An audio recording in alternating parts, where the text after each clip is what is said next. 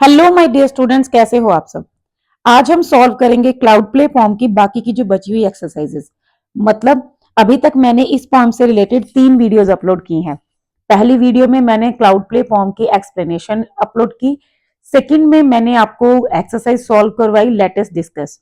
Third video में जो कि क्वेश्चन आंसर नंबर पार्ट 2 था, उसमें मैंने आपको सॉल्व करवाया let us think and reflect वाली एक्सरसाइज। और आज हम सॉल्व करेंगे बाकी की जो एक्सरसाइज है जिसमें आता है let us learn, let us write, let us speak, let us listen and let us explore। ठीक है, तो आज हम ये सॉल्व करेंगे और आज जो है हम इस फॉर्म को कंप्लीट करेंगे। तो चलिए स्टार्ट करते हैं आज की वीडियो। पहली जो आपकी एक्सरसाइज है वो है let us learn. Complete the crossword using words of nature from the poem that matches with their actions. An example has been done for you. ये आप ध्यान से रीड कीजिए क्वेश्चन को, आप देखेंगे कि ये सिंपल क्रॉसवर्ड वैसे नहीं है जैसे नॉर्मली होता है कि हिंट दिए जाते हैं या मीनिंग्स दिए जाते हैं या सिनोनिम्स दिए जाते हैं। यहाँ पर क्या है, पहला क्लू आपका ये है कि ये वर्ड्स हैं नेचर से रिलेटेड, दूसरा ये है कि इसी फॉर्म में से हैं, और तीसरा ये है कि उनके एक्शंस दिए गए हैं। ठीक है, एक आपके लिए एग्जांपल किया गया, जैसे ये वेव्स है। अब वेव्स का देखिए एक्शन बताया हुआ, क्रैश टू द शोर। मतलब ऐसी नेचर का कोई ऐसी चीज जो कि किनारों से टकराती है। तो किनारों से क्या टकराती है? लहरें। तो वेव्स जो है वो नेचर से रिलेटेड है, पोम में भी आया हुआ है और इसका एक्शन दिया गया है। ठीक है, तो ऐसे ही आपको बाकी के जो वर्ड्स हैं वो फाइंड आउट करने हैं। तो सबसे पहले हम इनको सॉल्व करते हैं, उसके बाद उसमें बॉक्सेस में फिल करेंगे। जैसे पहला क्या है, देखिए अक्रॉस में रोड इन अ स्टॉर्म। ऐसा कौन सा नेचर की चीज है जो जब तूफान आता है तो वो दहाड़ता है? दहाड़ता मतलब बहुत ज्यादा साउंड क्रिएट करता है। तो इसका आंसर क्या होगा? ओशन।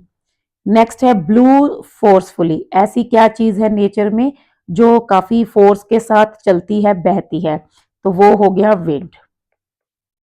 नेक्स्ट आपका है फ्लोटेड अप अबव। ऐसी क्या चीज है नेचर की जो ऊपर तैरती है, हमारे सर के ऊपर, मतलब हमारे हमसे ऊपर फ्लोट करती है स्काई में? तो वो क्या हो गया? क्लाउड्स। नेक्स्ट है रोम्ड अराउंड। मतलब ऐसे क्रिएचर्स या ऐसा एनिमल, सॉरी, ऐसा कोई नेचर का ऑब्जेक्ट जो हमारे आसपास घूमता है बिना किसी एम के। ठीक है, इधर उधर घूमते रहते हैं, तो वो क्या होंगे? एनिमल्स। नेक्स्ट है glimmered up in the sky, जो कि आकाश में चमकता है और सिंगल है, एक है, तो वो क्या है? मून। पॉड हैविली, जो कि भारी मात्रा में मतलब नीचे गिरती है, तो वो क्या है? जैसे पानी गिरना, रेन। और लास्ट है swayed from left to right. ऐसी कौन सी चीज है जो लेफ्ट से राइट स्वे करती है, मतलब मूव करती है? तो ये हमारे टीयर्स के लिए बोला गया है, तो टीयर्स। ठीक है, अब हम इनको फिल करते हैं। तो जैसे आप देख सकते हो, पहला ये आपका आ गया, डब्ल्यू से स्टार्ट होता है, विंड। ठीक है, आप ओपन अप डाउन करके इसको देख लीजिएगा। यहाँ पर आएगा एनिमल्स, यहाँ पर आपका ये आ जाएगा सी से क्लाउड्स, उसके बाद ये टी से है तो टीयर्स, उसके बाद ये वाला जो है रेन, देन ये आपका है ओशन, और एक लास्ट आपका जो है ये एम ओ एन। ठीक है, मतलब MOON। तो ये आपका क्रॉसवर्ड ऐसे कंप्लीट हो गया। नेक्स्ट जो है आपकी एक्सरसाइज, सॉरी इसी का पार्ट है। Now complete the following paragraph. आपको ये जो पैराग्राफ है इन्हीं हिंट्स की हेल्प से कंप्लीट करना है। So on a stormy evening I stood by the beach and watch the waves as they rolled in a storm, और ये भी आ सकता है as they crash to the shore. ठीक है, वेव्स के लिए वैसे वो बेटर है। The wind blue forcefully, second में आ जाएगा blue forcefully. Making it difficult to stand still, the clouds floated up above. Okay, drifting in the sky like soft cotton. The trees along the shoreline swayed from left to right, swayed from left to right, and suddenly the rain poured heavily. ठीक है, the rain poured heavily. अब उसके बाद देखिए क्या कहते हैं, you में continue the description by adding sentences using the remaining phrases. आप इसको कंटिन्यू भी कर सकते हैं, जैसे हमें यहाँ पे हमने मून वाला ऐड नहीं हुआ तो हम इसको भी ऐड कर सकते हैं। The moon glimmered up in the sky, okay. उसके बाद जैसे एनिमल्स का आ जाएगा तो एनिमल्स roamed अराउंड, तो इस तरह से आप इसमें एड ऑन भी कर सकते हैं। नेक्स्ट जो है आपका ये बायनोमियल से रिलेटेड है। The phrases this way and that, जैसे this and that, here and there, ठीक है, ब्लैक एंड व्हाइट, तो ये सब क्या होते हैं, ये बायनोमियल्स होते हैं। तो इनको मतलब ये क्या कहते हैं, ये ज्यादातर एक साथ आते हैं, pair together in a fixed manner, okay, by using and. So binomials are pair of words और phrase that are commonly used together. Binomials जो है वो क्या है, ऐसे वर्ड्स के पेयर हैं जो कॉमनली एक साथ यूज होते हैं and connected by a word like and और उनको लाइक और सॉरी, वर्ड लाइक एंड और वर्ड से ज्वाइंट किया जाता है। So these word pairs often expresses ideas और action that are closely related. तो ये जो वर्ड्स होते हैं ये ऐसे आइडियाज एक्सप्रेशंस को प्रेजेंट करते हैं जो ज्यादातर एक दूसरे से रिलेटेड होते हैं या फिर ज्यादातर एक दूसरे के साथ देखे जाते हैं। फॉर एग्जाम्पल दिस और दैट और डे एंड नाइट। तो अभी आपको करना क्या है, now you are to identify which of the following expressions are binomials, इनमें से कौन सी बायनोमियल्स हैं, then use them correctly to complete the paragraph that follows. उसके बाद यहाँ पे हमें इनको यूज करना है। तो इसको हम कंप्लीट करते हैं, साथ साथ में ये भी फाइंड आउट हो जाएंगी। As I walk through the kitchen, okay, as I walked through the kitchen I noticed the plate of freshly cut salad there.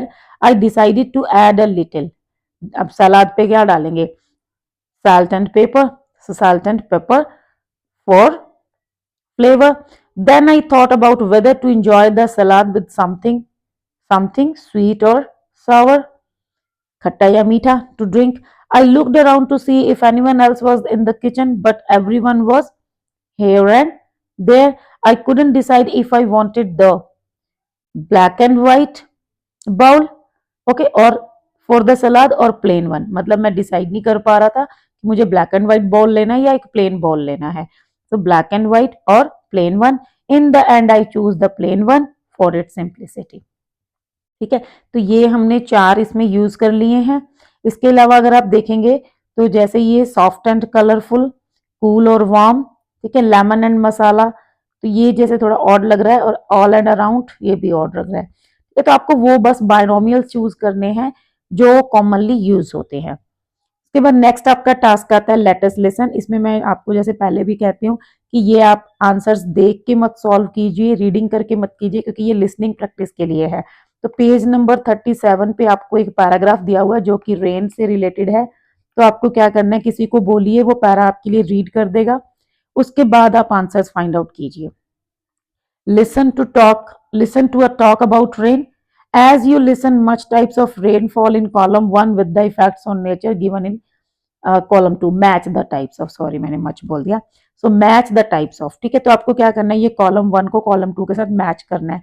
ये आप लिसनिंग के थ्रू करेंगे। अब देखिए यहाँ पे ये तो वैसे बहुत सिंपल है, लिसनिंग से भी हो सकता है और ये नॉर्मली भी आपको पता ही होगा। मैं थोड़ा एक्सप्लेन कर देती हूँ बट मैं आंसर्स रिवील नहीं करूंगी।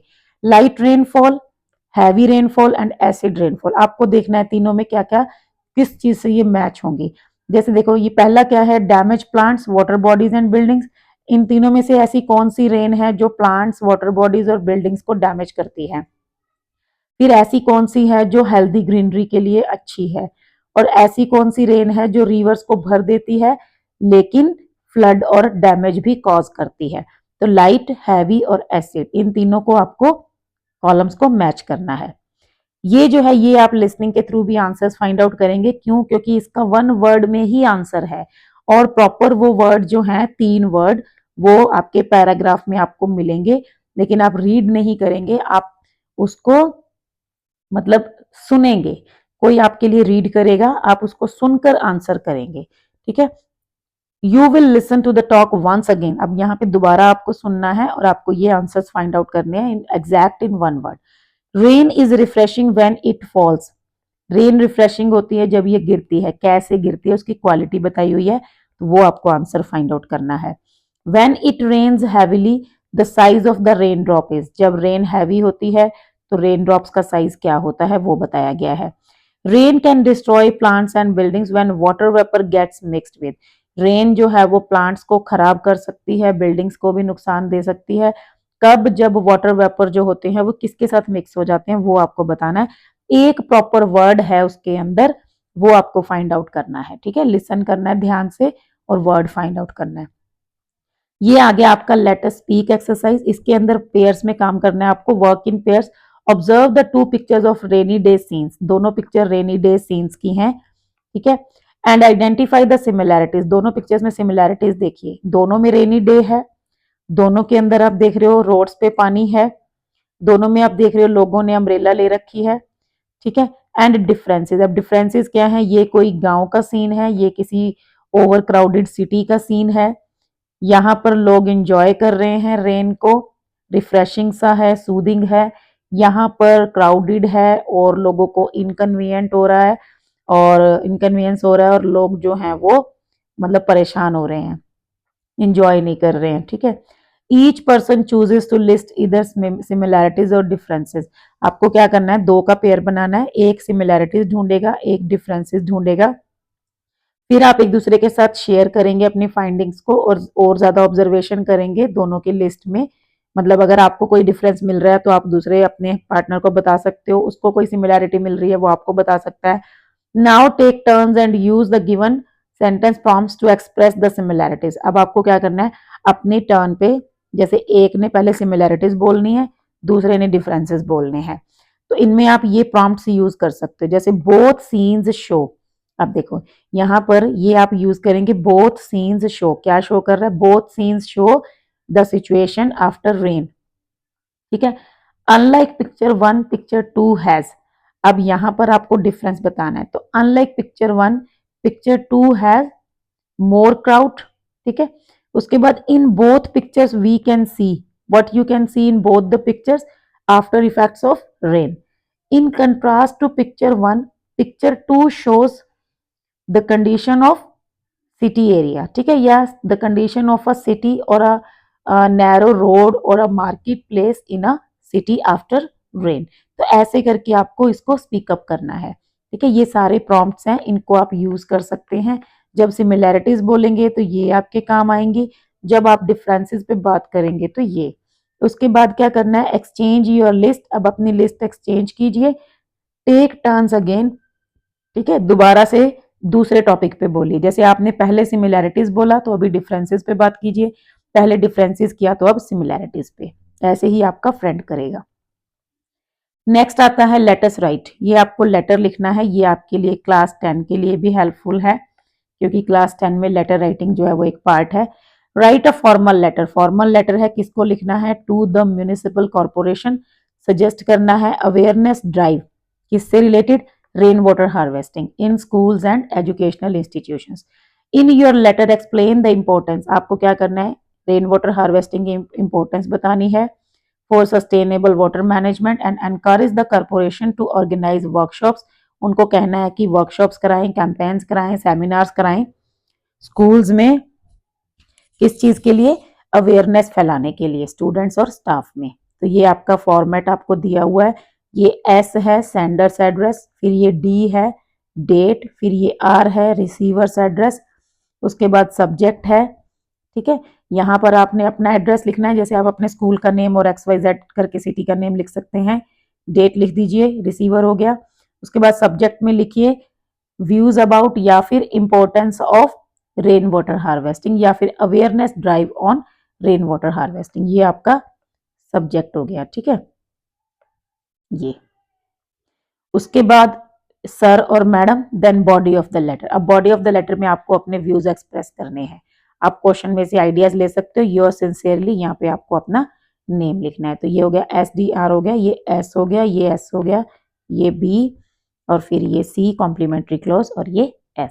ठीक है, अगर आपको लेटर राइटिंग और डिटेल में सीखना है तो मैंने अपने चैनल पे वीडियोस अपलोड की हुई हैं जो कि क्लास 10 के लिए हैं, लेकिन आप भी देख सकते हो और अच्छे से लेटर राइटिंग सीख सकते हो। नेक्स्ट हमारा स्टार्ट होता है लेटस एक्सप्लोर। यहाँ पर पहली एक्सरसाइज आपकी है जो पैलिंड्रोम से रिलेटेड है। पैलिंड्रोम क्या होता है, एक ऐसे वर्ड या ऐसे सेंटेंसेस जिनको हम उल्टा सीधा पढ़ते हैं तो वो सेम ही होते हैं, उनकी स्पेलिंग सेम ही होती है। जैसे EYE, इसको उल्टा भी लिखेंगे तो भी EYE। मलयालम, इसको जब उल्टा करके लिखेंगे रिवर्स करके तो भी ये मलयालम ही होगा। रेस्कार रेस्कार होगा, नून नून, लेवल लेवल। तो आपको क्या करना है, ये सेंटेंस है जैसे वॉज इट अ कार और अ कैट आई सॉ, अब इसको उल्टा जब करेंगे ना तो WAS was, IT it, a car, ठीक है, और ऐसे करके A, फिर कैट, I सॉ, मतलब उल्टा सीधा एक समान वो हो गया। ऐसे ही नंबर्स हैं, आपको क्या करना है, पहले में यहाँ पे सर्कल करने हैं जो पैलिंड्रोम्स हैं, जैसे कि सिविक है, टेबल नहीं है, रडार है, एप्पल नहीं है, नून है, मिरर नहीं है, ऐसे, ठीक है। इसको आपको रीअरेंज करना है एक पैलिंड्रोम की फॉर्म में। ये मैंने इसका आंसर यहाँ लिखा हुआ है, a man, a plan, a canal, Panama. अब इसको जब हम उल्टा करेंगे तो भी ये यही बनेगा। थर्ड है आपका, नाउ मेक सम पैलिंड्रोम्स, आपको खुद से बनाने हैं। इसके लिए आपको प्रैक्टिस की जरूरत है, प्रैक्टिस कीजिए, दिमाग लगाइए और नए नए पैलिंड्रोम्स बनाइए। Do you know that humans, next start हो गया यहाँ से। आपको पता है कि ह्यूमंस भी रेन कर सकते हैं, कैसे? क्लाउड सीडिंग के थ्रू। अब ये क्या है, ये एक साइंटिफिक प्रोसेस है जिसमें क्या होता है कि टेक्निक है, क्लाउड्स में कुछ सब्सटेंस को इंसर्ट करके, मतलब उसमें ऐड करके नकली रेन है ना, टेम्परेरी जो रेन है, फेक आर्टिफिशियल रेन करवाई जाती है। तो ये कहता है कि ये कई तरह से हो सकता है, जिससे हम यूज करेंगे एयरप्लेन्स को, मशीन्स को, ग्राउंड में, एंड समटाइम्स इवन रॉकेट्स। अब ये काफी एक्सपेंसिव भी रहेगा और ये कोई परमानेंट सॉल्यूशन तो है नहीं, है ना। तो ये जो है, expert say that cloud seeding is not a long term solution. ये एक ऑप्शन है, बिल्कुल काम नहीं चले तब हम कर सकते हैं, लेकिन ये सॉल्यूशन तो नहीं है परमानेंट। तो यहाँ पर जो मतलब ये हमें कहा जा रहा है कि हमें फिर भी नेचर को बचाने में हेल्प करनी है। It is important to also work on solving the main problems causing weather changes. मतलब अगर हमने रेन करनी सीख लिया तो इसका ये मतलब नहीं है कि हम पेड़ों को काट दें, पानी वेस्ट करना स्टार्ट कर दें। तब भी हमारी मॉरल ड्यूटी है कि we should save water, we should save trees, we should save paper. Okay, so every little effort will do. तो ये यहाँ पर मैसेज है एक, कि हमें ये काम करना है। नेक्स्ट जो है, ये मेरे को सबसे बढ़िया लगा इस मतलब चैप्टर की एक्सरसाइज। एन एक्रोस्टिक, एक्रोस्टिक क्या होता है, is a poem whose first letters of each line, मतलब हर लाइन का पहला लेटर। जब आप ऐसे वर्टिकली पहला पहला लेटर देखेंगे तो आपको उसमें ना एक पैटर्न दिखाई देगा, मतलब उसमें वो या तो एक वर्ड बनाएगा या फिर कोई लाइन बनाएगा, ठीक है, वाइल रीडिंग वर्टिकली। तो ऐसी पॉम को एक्रोस्टिक कहते हैं। मतलब जब भी आपके सामने कोई पॉम आए, आप उसकी हर लाइन का पहला पहला लेटर देखिए, उसको ऐसे करके अरेंज कीजिए, क्या वो कोई वर्ड बना रहा है? अगर वो कोई वर्ड बना रहा है तो वो पोएम किस टाइप की होगी? एक्रोस्टिक, ठीक है। जैसे आप ये देख रहे हो, नंबर 1 पे देखो, calm and soft drifting free, lifting the spirits for all to see. Overhead they wander and roam, unveiling the secrets of the heavenly home. Dancing in patterns they bring rain home. तो सी, फिर L, फिर ओ, फिर you, फिर D. तो ये इसका पहला word, मतलब पहले पहले लेटर से क्या वर्ड बन रहा है? क्लाउड। तो ये जो फॉर्म है ये क्या है? ये एक एक्रोस्टिक है। जैसे ये कॉस्मिक लाइट ऑसस अपलिफ्टेड डिलाइटफुली, तो ये हो गया क्लाउड, ठीक है। तो ये ऐसे। अभी देखिए यहाँ पर आपके लिए एक टास्क था, now create an acrostic form on rain. तो मैंने तो एक क्रिएट कर दी है, ठीक है, मैंने बहुत दिमाग लगाया वैसे। तो ये मैंने रेन से एक फॉर्म बनाई है। आप भी डिफरेंट वर्ड्स में जो है फॉर्म बना सकते हैं, कंपोज कर सकते हैं, और उसको कमेंट सेक्शन में शेयर करना, ताकि सबको इंस्पिरेशन मिले। आपको देखकर कोई और भी जो है उस चीज़ को फॉर्म करे, उस फॉर्म को कोई फॉर्म लिखे। हो सकता है आपको कोई अच्छी इंस्पिरेशन मिल जाए और आप बढ़िया कोई पोइट्री लिखे, और कल को आपकी भी फॉर्म एनसीईआरटी सिलेबस में ऐड ऑन हो जाए। तो मैंने क्या लिखा है, rain rain let me say, are you delighted happy and gay, I feel so sad as no one can play. So rain rain let me say, यहाँ पर पोएट जो है, मतलब मैं रेन को कुछ कह रही हूँ कि प्लीज मुझे कुछ कहने दो। Are you delighted happy and gay, तुम काफी खुश हो क्या? ठीक है, मतलब तुम काफी ज्यादा एक्साइटेड हो, हैप्पी हो, गे मीन्स भी हैप्पी होता है। तो लेकिन I feel so sad as, लेकिन मैं सैड हूं, ठीक है, as no one can play, क्योंकि तुम्हारी वजह से कोई भी खेल नहीं पा रहा, ठीक है। तो ये हो गया। तो ऐसे आप भी अपनी फीलिंग्स को शेयर कर सकते हो, और आप पहला पहला लेटर देखोगे इसका, RAIN, तो ये रेन बन रहा है। तो ये क्या हो गया? एक एक्रोस्टिक फॉर्म हो गया, ठीक है। तो आपको भी ऐसे ही फॉर्म कंपोज करनी है और कमेंट बॉक्स में शेयर करनी है। ओके, सो यहाँ पर हमारा ये चैप्टर खत्म हो जाता है। नेक्स्ट जो है ये हम 1-2 दिन के गैप के बाद स्टार्ट करेंगे, क्योंकि अभी आप इतना ही सीखिए। ओके, आज की वीडियो में बस इतना ही, मिलते हैं नेक्स्ट वीडियो में। Till then bye.